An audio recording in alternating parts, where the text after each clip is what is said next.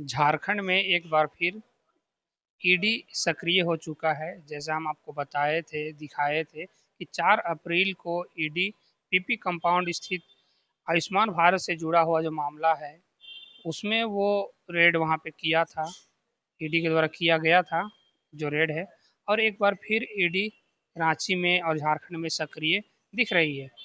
आपको बता दें कि ये हरिओम टावर है और हरिओम टावर में यहाँ पे राजवीर कंस्ट्रक्शन का जो कार्यालय है उसमें दबिश पड़ा है। ईडी के द्वारा दबिश दिया जा रहा है। अभी पहले सुबह से ही यहाँ पे दबिश दिया गया है, जांच चल रहा है, छापेमारी चल रहा है। यदि आप देखिएगा तो यहाँ राजवीर कंस्ट्रक्शन प्राइवेट लिमिटेड का ये जो ऑफिस है 614 रूम नंबर, वहाँ पे अभी ईडी के द्वारा छापेमारी किया जा रहा है। और सूत्रों के हवाले से ये पता चल रहा है कि ये जो मामला है ये मनी लॉन्ड्रिंग और ज़मीन से जुड़ा हुआ मामला है।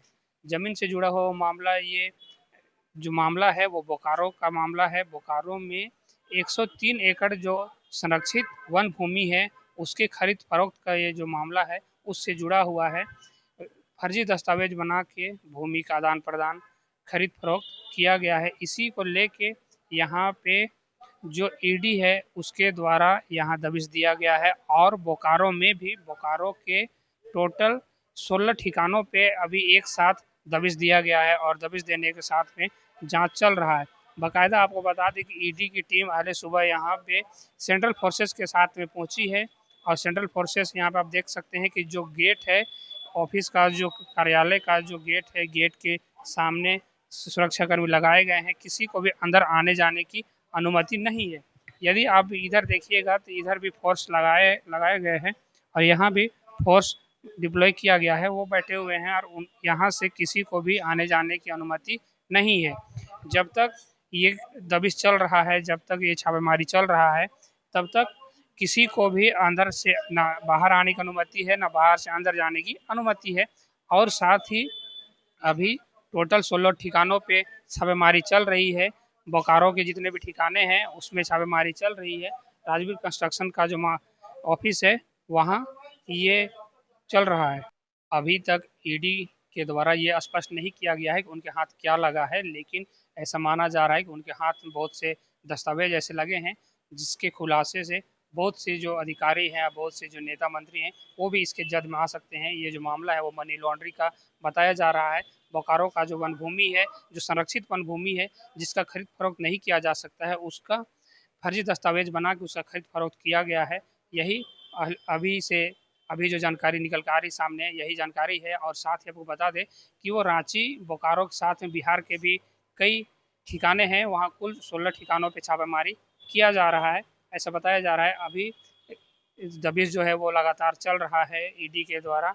ये जो छापेमारी है वो चल रहा है, किसी को भी अंदर बाहर आने जाने की अनुमति नहीं है। अब देखना ये होगा कि छापेमारी के बाद क्या कुछ निकल के सामने आता है।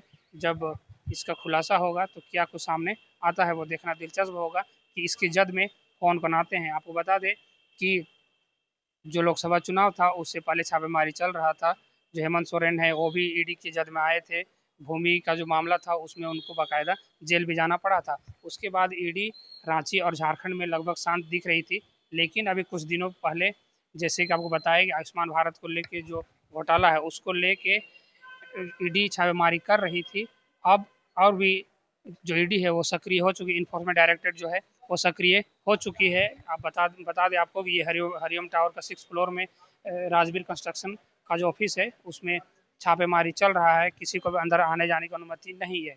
आपको बता दें कि ये टोटल जो है वो भूमि से जुड़ा हुआ मामला है, आयुष्मान भारत से का जुड़ा हुआ मामला है, उसमें भी छापेमारी चल रहा था। आज जो छापेमारी चल रहा है वो भूमि से जुड़ा हुआ मामला है। क्या कुछ अपडेट निकल कर सामने आएगा, हम आपको अपडेट देते रहेंगे और बताते रहेंगे। आप बने रहिए हमारे साथ और देखते रहिए झारखंड एक्सप्रेस 24/7 न्यूज़।